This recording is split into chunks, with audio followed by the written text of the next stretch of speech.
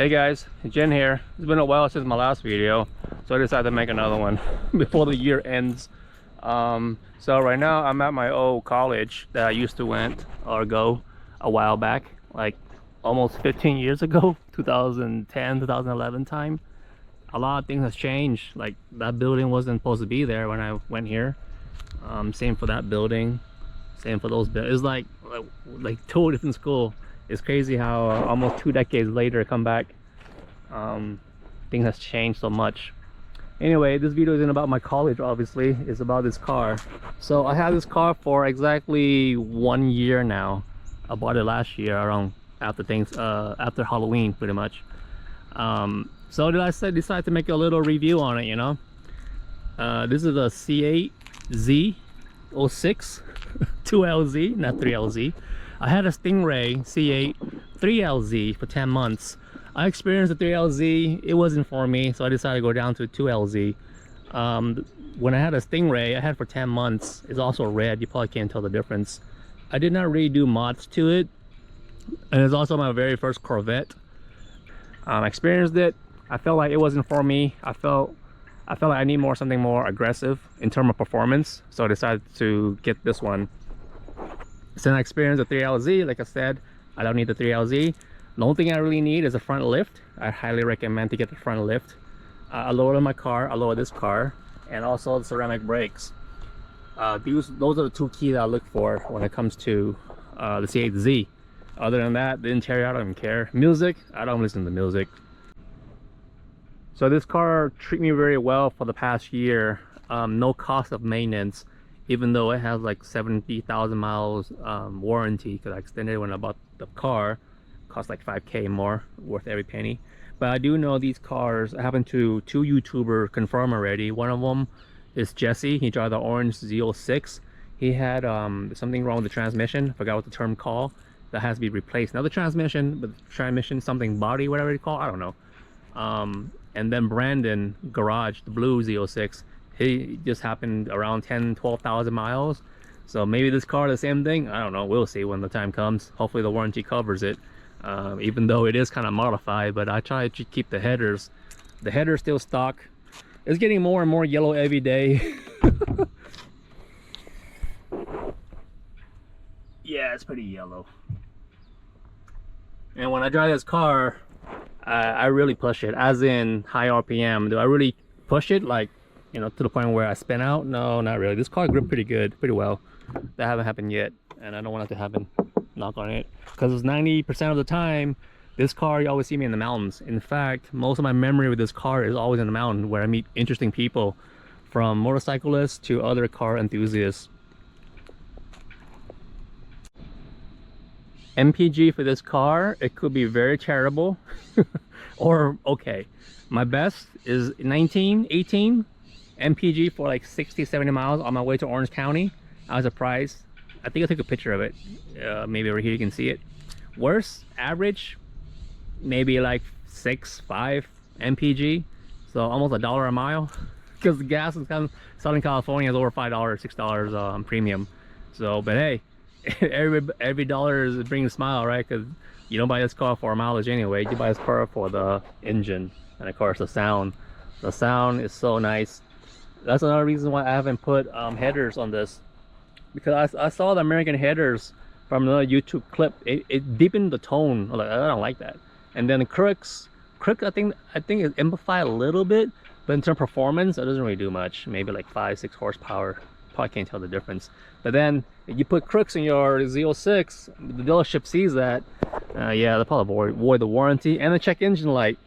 This car, still to this day, over 4,000 miles now since I put, no, 3,000 miles since I put the exhaust system and stuff on the FAP speed. No check engine lights. It's pretty cool.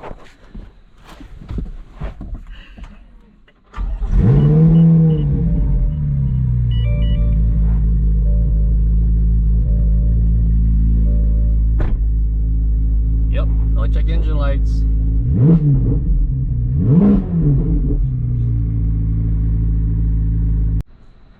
So do I recommend this car to someone like me that's not really into cars and just want to have something fun on the weekend or just joyride in the mountain? Heck yeah. For this price range and performance, you can't go wrong with it, you know. Either this or, I don't know, Lamborghini maybe. To have around 700 horsepower, 600 horsepower. Since this car is modified, I haven't dynoed yet, but you saw the performance. You can add HP and stuff. I don't really care about that, because what this car really need is weight reduction. And weight reduction for this car part is very expensive. Oh, well, at least the part that I look for, very expensive. To give you some perspective, like the seats I'm looking for, Recaros, podium Recaros, man, they're like 4,000 ish each, and I need 2 of them, right, to save what, 100 pounds maybe, because these seats are hella heavy, dude. These seats are like 60 pounds each, so 2 of them 120 pounds, and I'm like 160, you know, like almost another me in there. So this car definitely needs that. Rims and tires, again, it sure needs that too. Again, the stuff I want is so expensive, I can't afford it at the moment, or don't want to put money into it. Since, you know, I also buying property with my wife and stuff like that in Canada. We are looking for a second property. So I'm like I said, I'm like 3 locations: Southern California, the Bay Area, and Canada, near Montreal to be exact, near Upper New York-ish area. Another negative thing I can think about this car is a lot of youngsters want to race you, especially around the cities and at red light or straightaway. They really want to race you. But once you're in the mountain, right, going down the mountain or going up the mountain, those twists and turns, they don't want to race you for some reason. Because I did all the time, you know, because like I said, 90% of the time I go in the mountain with this car, and I can see who want to race me up the mountain or down the mountain, or even go to the mountain, right? Go to the mountain is flat, and then once up the mountain, all those twists and turns. So yeah, just be aware of that a lot of people just want to race you because you have this car. It's unfortunate. So would I recommend this car to someone that's a first-time Corvette buyer? Absolutely.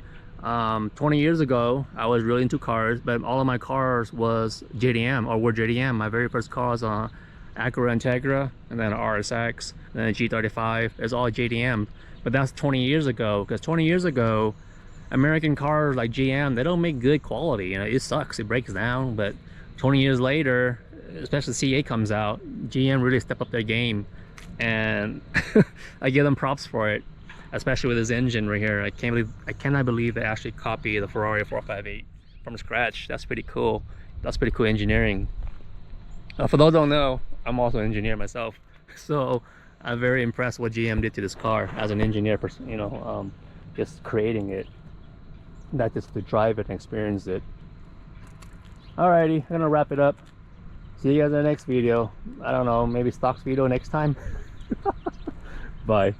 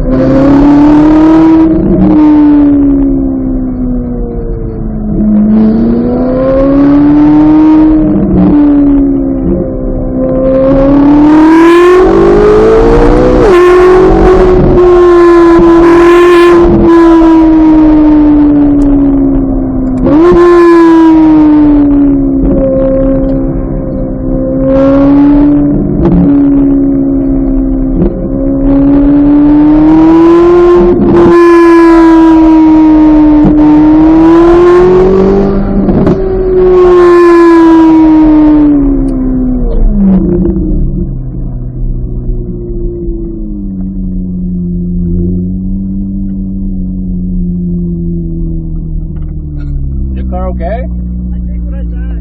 Are your car okay though?